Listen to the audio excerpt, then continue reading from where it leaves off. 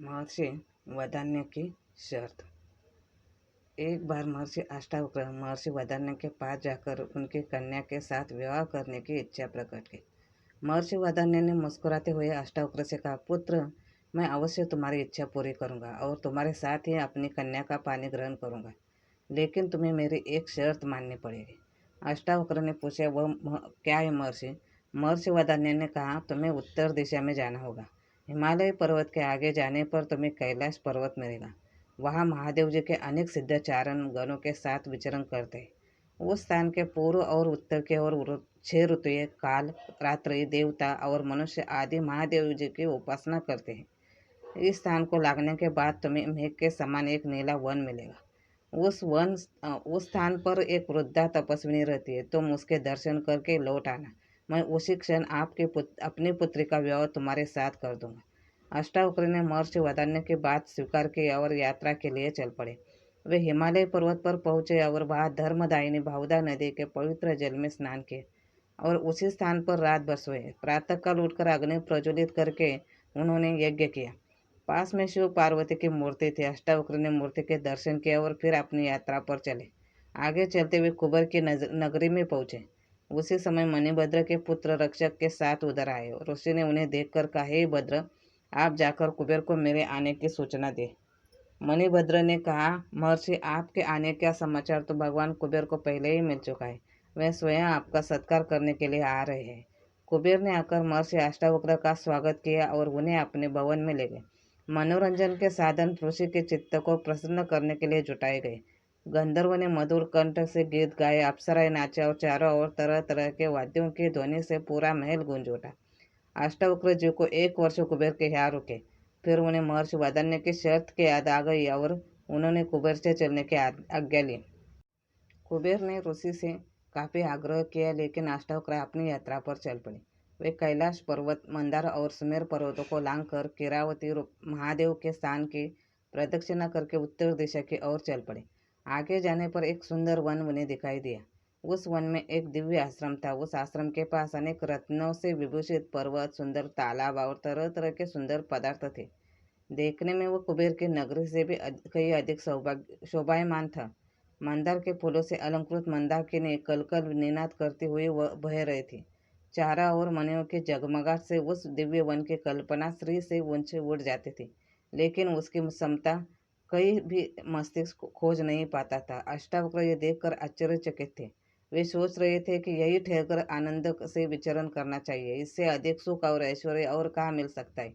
अब वे अपने लिए एक उपयुक्त स्थान ढूंढने लगे और आगे उन्होंने देखा कि यह तो एक पूरा नगर है। इस नगर के द्वार पर जाकर उन्होंने पुकार कर कहा, मैं अतिथि हूँ। इस नगर में जो कोई भी हो मेरा उचित स्वागत करे। उसी समय द्वार से 7 परम सुंदरी कन्याएं आई। अतिथि के वे कन्याएं इतनी अधिक सुंदर थी कि उन्हें देखकर अष्टावक्र वही के वही खड़े रह गए। उन सुंदरियों ने कहा, आइए, पधारिए, हम आपका स्वागत करते हैं। महर्षि एक भव्य महल के अंदर चले गए। वहाँ उन्हें सामने एक वृद्धा बैठी मिली। महर्षि को देखकर ही वृद्धा उठकर खड़ी हो गई और उनका समुचित स्वागत किया। उन्होंने उन सुंदर कन्याओं को कहा, हे कन्याओं, तुम में से जो बुद्धिमान और धैर्यवती हो वही यहाँ रहे, बाकी सब चले जाए। एक को छोड़कर सभी कन्याएं वहां से चली गई। वृद्धा वही बैठी रही। रात होने पर महर्षि के लिए एक स्वस्थ शैया की व्यवस्था कर दी गई। जब महर्षि सोने लगे तो उन्होंने उस वृद्धा से भी जाकर अपनी शैया पर सोने के लिए कहा। उनके कहने पर वृद्धा अपनी शैया पर जाकर लेट गई। रात्रि का प्रहर बीता होगा कि वृद्धा कांपती हुई महर्षि की शैया पर लेटी। महर्षि अष्टावक्र ने आदर के साथ उसे लेट जाने दिया। थोड़ी देर बाद ही वह वृद्धा कामातुर होकर अष्टावक्र के शरीर का आलिंगन करने लगी। यह देखकर महर्षि काष्ठ के समान कठोर और निर्विकार पड़े रहे। अष्टावक्र को इस तरह अविचलित देखकर वृद्धा ने कहा, हे भगवान, पुरुष के शरीर का स्पर्श करने मात्र से ही स्त्री के अंग अंग में कामोद्दीपन हो उठता है। स्त्री उस समय किसी तरह अपने मन को अपने वश में नहीं कर सकती। यही उसका स्वभाव है। इसलिए आपके शरीर से स्पर्श के कारण मैं काम पीड़ा से जल रही हूँ। अब आप मेरे साथ रमन करके मेरी इच्छा को पूर्ण कीजिए। हे ऋषि, मैं जीवन भर आपके कृतज्ञ रहूँगी। यही आपके तपस्या का अभिष्ट फल है। मेरी यह सारी संपत्ति आपकी है। आप यही रहिए। हम यहाँ लौकिक और अलौकिक अनेक प्रकार के सुख भोगते हुए रहेंगे। हे नाथ, अब इस तरह मेरा तिरस्कार न कीजिए, क्योंकि इससे मेरी आत्मा को बड़ा कष्ट पहुँचेगा। काम से पीड़ित होकर श्रेया स्वेच्छारिणी हो जाती है। उस समय तो तपी हुई बालू पर या कठोर शीत में विचरण करने से भी उनको तनिक भी कष्ट नहीं होता। आप किसी भी तरह मेरी अतृप्त कामना को तृप्त कीजिए। वृद्धा की बात सुनकर अष्टावक्र बोले, हे देवी, मैं एक तपस्वी और बचपन से अभी तक पूर्ण रूप से ब्रह्मचारी रहा हूँ। किसी भी स्त्री का शरीर मैंने स्पर्श नहीं किया। धर्मशास्त्र में व्यभिचार की बड़ी निंदा की गई है, इसलिए किसी तरह का पाप करते हुए डरता हूँ। मेरे उद्देश्य तो विधिपूर्वक विवाह करना है और उसी हेतु मैं अपने स्त्री के साथ रहूँगा। इसके अतिरिक्त पर्यायी स्त्री से विषय भोग करना पाप है।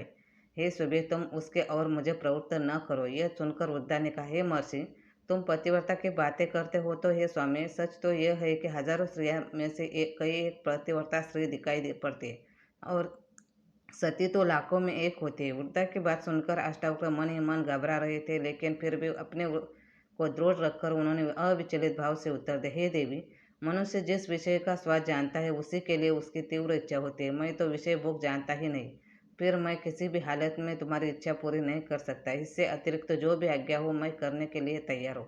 वृद्धा ने कहा, यह न कहे नाथ, आप यहाँ कुछ दिन ठहरिए, तब अपने आप ही आपको सुख का स्वाद मिल जाएगा। तब मैं आप पूर्ण सुख के साथ रहेंगे। इस पर अष्टावक्र ने कहा, हे देवी, आप जब तक तुम कहोगे तब तक मैं यहाँ ठहर जाऊंगा, लेकिन मैं नहीं जानता कि किस तरह तुम्हारे काम आ जाऊंगा। यह कहने के पश्चात अष्टावक्र उस वृद्धा के अंगों पर दृष्टि डालने लगे, लेकिन किसी भी अंगों को देखने से महर्षि अष्टावक्र के हृदय में काम शक्ति जागृत नहीं हुई। वे सोचने लगे कि यह वृद्धा इस तरह काम से पीड़ित क्यों है। तभी उनके मन में आया कि यह कुछ प्रासाद के अधिष्ठात्री देवी कोई युवती हो और किसी शाप के कारण इस तरह कुरूप वृद्धा हो गई हो। यह संशय पैदा होते ही उन्होंने उसकी कुरूपता और वृद्धावस्था का कारण पूछना चाहा, लेकिन सीधे वृद्धा से प्रश्न करने की उनकी हिम्मत नहीं हुई।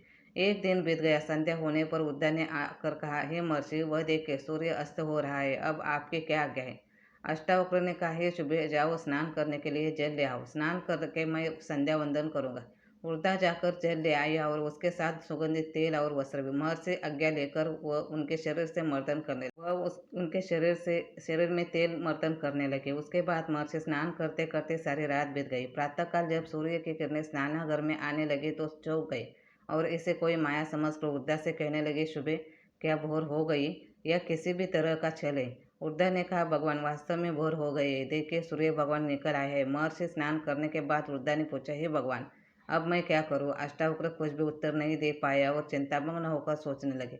इसी बीच महर्षि के उत्तर की प्रतीक्षा न करते हुए वृद्धा उठी और अंदर से एक थाल में सजाकर स्वादिष्ट भोजन ले आई।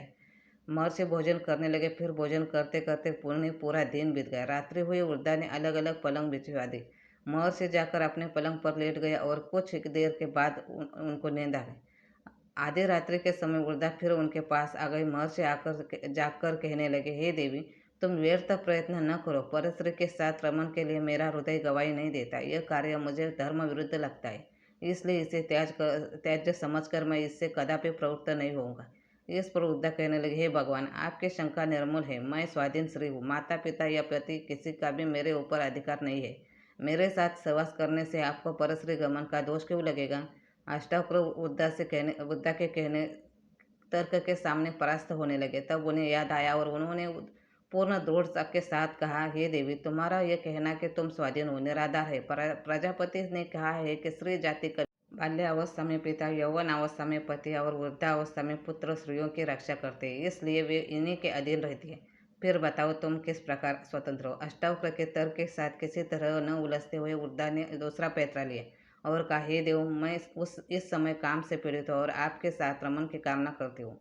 वृद्धा के इतने कह देने पर अष्टावक्र अड़िग रहे और उसी दृढ़ता के साथ कहने लगे, हे शुभे, साधारणतः मनुष्य काम, क्रोध आदि दोषों के वशीभूत होकर इस संसार में जघन्य पाप करता है, लेकिन मैंने कठोर संयम से अपने मन को अपने वश में कर लिया है। तुम किसी भी तरह उसको विचलित नहीं कर पाओगे, इसलिए तुम्हारा इस तरह आग्रह करना व्यर्थ है। अब तो वृद्धा को बड़ा धक्का लगा, लेकिन फिर भी उसने धैर्य नहीं छोड़ा और फिर वह अष्टावक्र से बोले, हे महर्षि, यदि आप मुझे परस्त्री समझते हैं और इसी कारण पाप समझकर रमन करने से डरते हैं तो मुझे अपनी स्त्री बना लीजिए। मैं इसके लिए तैयार हूँ। आप विश्वास रखिए, मैं अभी तक कुंवारी हूँ, इससे आपको किसी तरह का पाप नहीं लगेगा। आप तो अष्टावक्र एक अजीब पेशोपश में पड़ गए। उन्हें कोई उत्तर नहीं सूझ रहा था। उन्होंने अपना सिर नीचे झुका लिया। कुछ क्षणों बाद जब उन्होंने कुछ कहने के लिए अपना मुंह ऊपर उठाया और उनकी दृष्टि उस स्त्री पर पड़ी, तो महान आश्चर्य के कारण वे देखते रह गए। वह वृद्धा अब एक 16 वर्ष की अत्यंत सुंदर कन्या का रूप धारण करके सामने बैठी मुस्कुरा रही थी। अष्टावक्र ने पूछा, हे देवी, ये तुम्हारा कैसा रूप? मेरी समझ में कुछ नहीं आ रहा है कि तुम कौन हो। तुम्हारा रूप देखकर तो अब मेरे रोम रोम में एक मादकता भर गई है और मेरे अंदर कामोद्दीपन हो उठा है। लेकिन मुझे महर्षि वदान्य की कन्या का भी ध्यान है, जिससे कारण मैं इस कठिन परीक्षा से गुजर रहा हूँ। इसलिए मैं तुम्हारे साथ किसी भी प्रकार का संसर्ग तो नहीं कर सकता, लेकिन तुम्हारा परिचय प्राप्त करने के लिए अवश्य लालायत हूँ। बताओ कल्याणी, तुम कौन हो? उस कन्या ने मुस्कुराते हुए कहा, हे महर्षि अष्टावक्र, स्वर्ग, मृत्यु आदि सभी लोगों के स्त्री पुरुष विषय में वासना पाई जाती है। मैं परस्त्री गमन के लिए आपके मन को विचलित करके आपकी परीक्षा ले रही थी, लेकिन अपने कठोर संयम के कारण आपने धर्म की मर्यादा को नहीं छोड़ा। इसलिए मेरा विश्वास है कि जीवन में आप कभी किसी प्रकार का कष्ट नहीं भोगेंगे। मैं उत्तर दिशा हूँ। स्त्रियों के चपल स्वभाव का प्रदर्शन करने के लिए ही मैंने यह वृत्ता का रूप धारण किया था।